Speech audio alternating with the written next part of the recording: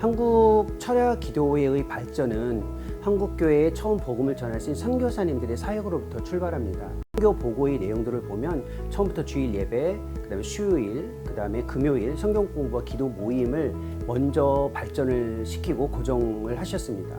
보통 이제 교회의 어떤 직분자를 세우든가 부서에 관심을 많이 갖는데 복음의 영향을 받았던 선교사님들은 처음부터 교회의 어떤 사역에 관심을 가지고 발전을 시켰죠.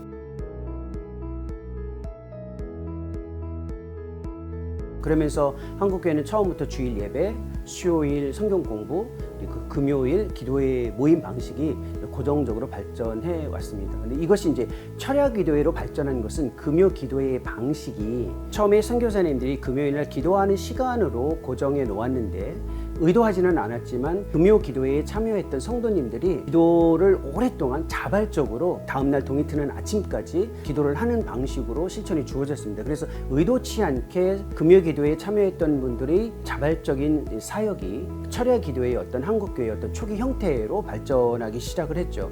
그것이 이제 1980년대 중반까지 거의 예외 없이 한국교회의 기도와 관련된 중요한 정체성으로 드러나기 시작했습니다. 그래서 대부분의 교회들이 일주일 중에 하루, 특히 이제 금요일 날 주로 함께 모여서 기도를 했고, 그 기도하는 시간은 뭐 한두 시간, 두세 시간 정도가 아니라 동이 트는 그 다음 날 아침까지 오랫동안 기도하는 방식으로 이루어져 왔습니다.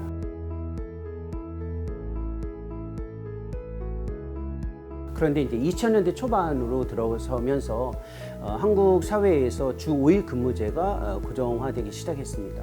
교회에서는 이것이 오히려 교인들이 기도를 좀 더 집중하는 데 좋은 기점이 될 것이다라고 기대를 했는데 아이러니하게도 반대의 결과가 주어졌습니다. 금요일부터 시작된 휴일을 여가 내지는 어떤 개인의 즐거움을 위해서 시간을 사용하는 데 집중하기 시작하면서 오히려 금요 기도회가 철야 기도회로 이어지기보다는 철야 기도회 형태로 발전해 왔던 것이 오히려 두세 시간 정도의 확대된 기도 모임 내지는 주일 예배에서 좀 자유로운 형식의 집회 방식의 모습으로 발전을 했죠. 그래서 지금 한 30-40년 이상 한국교회에서는 금요 기도회는 거의 계속 이어가고 있지만 철야 기도회의 방식들은 약화되어져 가고 있습니다.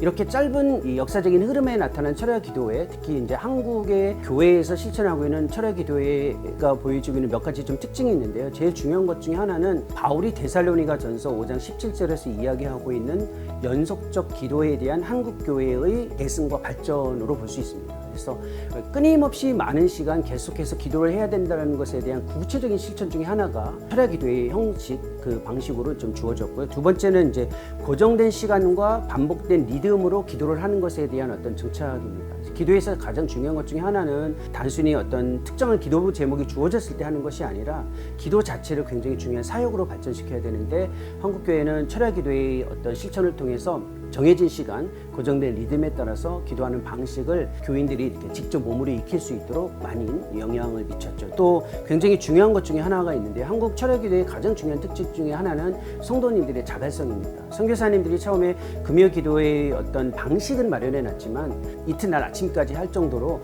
오랫동안 기도할 것이라고 기대하지 못했는데 한국교회 성도님들은 처음부터 두세 시간 정도 하고 마무리하는 게 아니라 끊임없이 오랫동안 기도를 했고, 이거는 이제 목회자들이나 사역자들의 요청이 아닌 성도님들의 자발적인 참여의 방식으로 이루어졌다는 것이 가장 중요한 어떤 특징 중에 하나라고 볼 수 있습니다.